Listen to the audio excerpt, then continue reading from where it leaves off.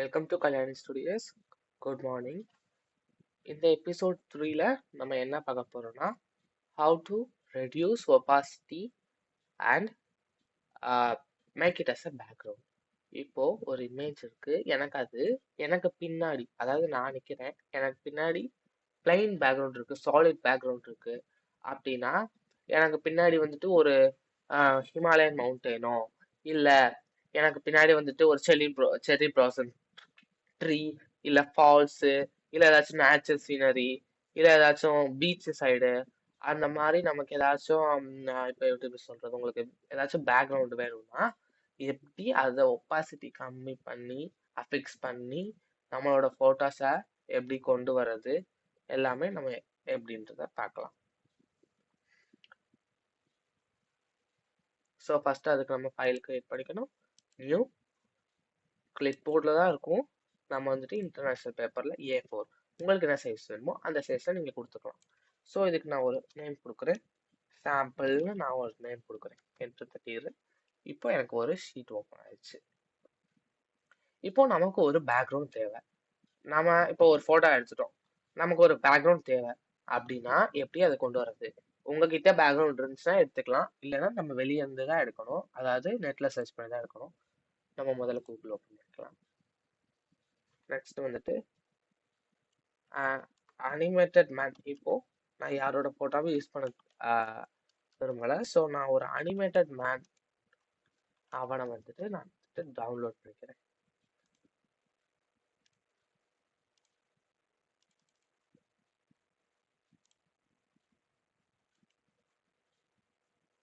So நான் இப்போ இவனை காப்பி பண்ணிட்டு எனக்கு வந்துட்டு இவனோட பேக்ரவுண்ட் தேவையில்லை, இவன் சாலிட் பேக்ரவுண்ட்ல இருக்கான். ஸோ எப்படி மாத்துறது? ரிமூவ் பிஜி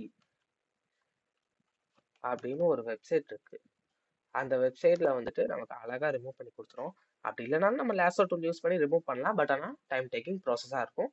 அது எப்படி பண்றதுன்றத நம்ம அடுத்த வீடியோல பார்க்கலாம். ஸோ நான் இதை கிளிக் பண்ணிட்டேன், ஓப்பன் ஆயிருச்சு. அப்லோட் இமேஜான்னு கேட்குது. ஃபைல் மேனேஜர் இருந்தால் அப்ளை பண்ணிக்கலாம். நான் இப்போ கிளிப் போர்டில் வச்சிருக்கேன், ஸோ Ctrl+V கொடுத்துட்றேன். ஸோ இப்போ நான் கிளிக் பண்ண இமேஜ் இங்கே நமக்கு டிஸ்பிளே ஆகுது. ஸோ இவனோட பேக்ரவுண்ட் அப்படியே போயிடுது, பார்த்தீங்களா? இப்போ நம்ம இதை டவுன்லோட் பண்ணிக்கணும். டவுன்லோட் பண்ணிடுச்சு, டவுன்லோட் மேலே ஆயிடுச்சுன்னு காட்டுது. ஸோ நமக்கு இப்போ ஒரு பேக்ரவுண்ட் தேவை. ஸோ நான் வந்துட்டு இப்போ நேச்சர் அப்படின்னு டைப் பண்ணுறேன், நேச்சர் பேக்ரவுண்டுன்னு டைப் பண்ணுறேன், பிஜின்னு டைப் பண்ணுறேன்.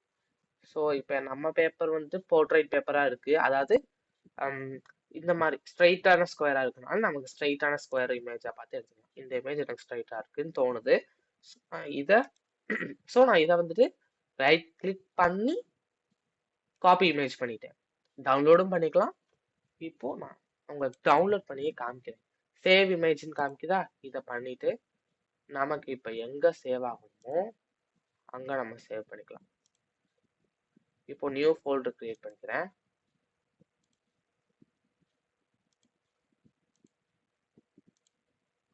நான் அதில் சேவ் பண்ணிட்டேன். ஸோ எனக்கு இப்போ வந்துட்டு சேவ் ஆயிடுச்சு.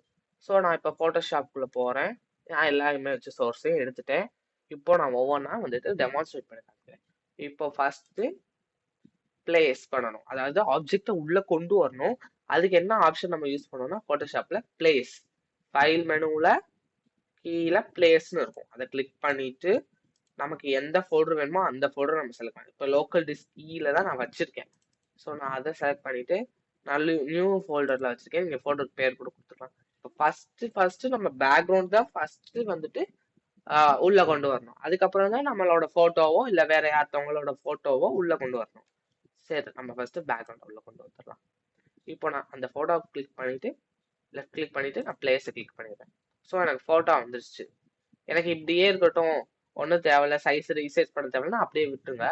இல்லை நான் கொஞ்சம் லைட்டா சைஸ் ரீசைஸ் பண்ணணும், அதாவது நான் கொஞ்சம் பெருசா வேணும், இந்த பேப்பருக்கு ஏற்ற மாதிரி கரெக்டா வேணும் அப்படின்னா நீங்க கூகுள்ல போடும் போதே நேச்சர் பேக்ரவுண்ட் இன் A4 சைஸ், இல்லை நீங்க என்ன பேப்பர் சைஸ் எடுத்துருக்கீங்களோ அந்த சைஸை போட்டீங்கன்னா உங்களுக்கு கரெக்டா கட் அண்ட் ஷார்ட்டா வந்துடும். ஸோ லைட்டா நான் இதை என்ஹான்ஸ் பண்றேன் அப்படியே. ஸோ இங்க இருக்க டிக் மார்க் கொடுத்துக்கலாம், இல்லைன்னா டபுள் கிளிக் பண்ணிக்கலாம். ஸோ இப்போ நமக்கு அந்த பேக்ரவுண்ட் வந்துருச்சு. ஸோ இப்போ இதை நம்ம டைரக்டா அப்படியே எடிட் பண்ற முடியாது. இங்க ஒரு சிம்பிள் காமிக்குதா உங்களுக்கு? இது என்னதுன்னா ஸ்மார்ட் ஆப்ஜெக்டா இருக்குன்னு காமிக்குது. இதை நம்ம ராஸ்டரைஸ் பண்ணாம நம்மளால எடிட் பண்ண முடியாது. இப்ப நான் ஒரு டூலை யூஸ் பண்றேன். could not use the gradient tool because the smart object is not directly editable. Smart ஆப்ஜெக்டை டைரக்டா எடிட் பண்ண முடியாது, ராஸ்டரைஸ் பண்ணணும். அப்போ எப்படி பண்றதுன்னு பார்க்கலாம். எக்ஸிட் கொடுத்துறேன். ஸோ இந்த லேயர், நமக்கு இந்த லேயர்ல ஒரு நேம் கொடுக்கலாம். இப்படி இருக்கா, நம்ம பிஜின்னு கொடுத்துடலாம். இப்போ லேயர் நேம் வந்துருச்சு. இதை நான் கூட எடுத்து தனியாக காட்டுறேன். இப்போ பிஜின்னு வந்திருக்கா. ஸோ இதை நான் ரைட் கிளிக் பண்றேன். ரைட் கிளிக் பண்ணிட்டு ராஸ்டரைஸ் லேயர் கொடுத்துட்டேன்னா அந்த ஸ்மார்ட் ஆப்ஜெக்ட் சிம்பிள் போயிடும். ஸோ இதை நான் திரும்ப அங்கேயே கொண்டு போய் வச்சுறேன்.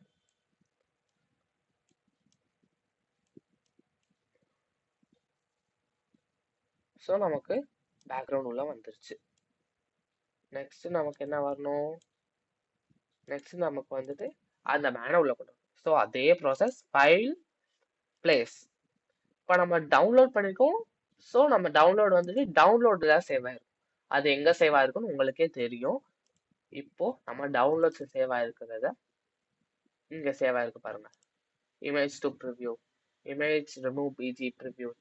நம்ம என்ன பேர் போட்டிருக்கோமோ அந்த பேர் போட்டு ரிமூவ் பிஜி ப்ரிவ்யூன்னு காமிக்கும். ஸோ நான் பிளேஸ் கொடுத்துறேன். இப்போ அந்த மேன் உள்ள வந்துட்டான். அவனும் ஸ்மார்ட் ஆப்ஜெக்டா தான் இருப்பான். நான் டிக் கொடுத்தோன்னே இங்க உங்களுக்கு சிம்பிள் வரும்.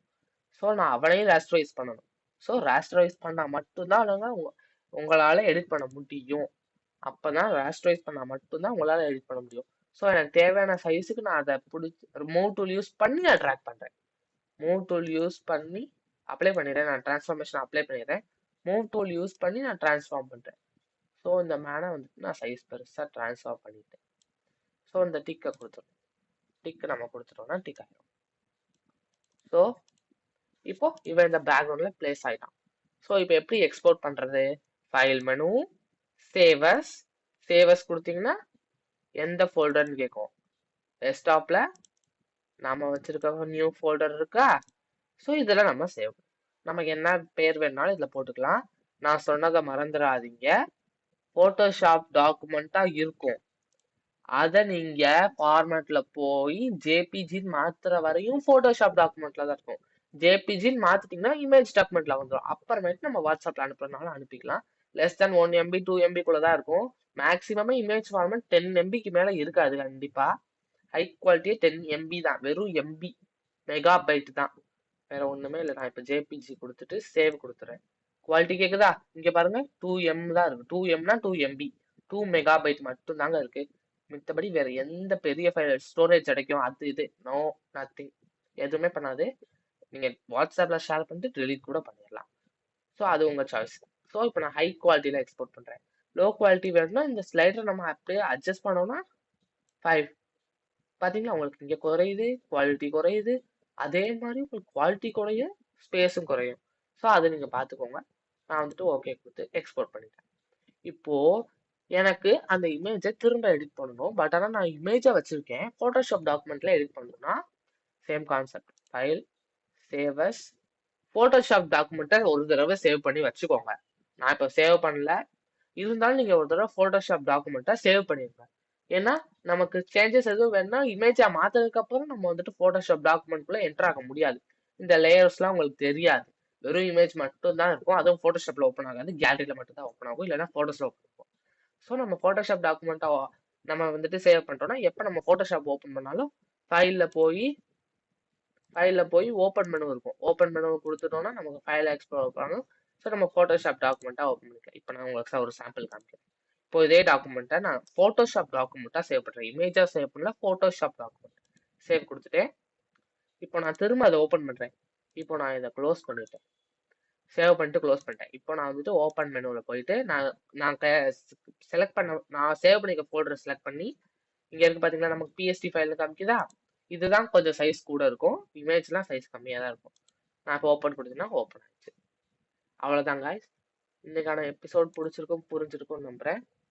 ஸோ நான் போன வீடியோவில் சொன்ன மாதிரி அதே தான், we could create from simple to complex designs and templates of greeting cards in Photoshop. So உங்களுக்கு இந்த வீடியோ பிடிச்சிருக்கும் புரிஞ்சிருக்கும் நம்புறேன். ஷேர் பண்ணுங்க, லைக் பண்ணுங்க, சப்ஸ்கிரைப் பண்ணுங்க. மீண்டும் இன்னொரு வீடியோல பார்ப்போம். Until then, bye from the whole team of Kalyani Studios. Thank you for watching.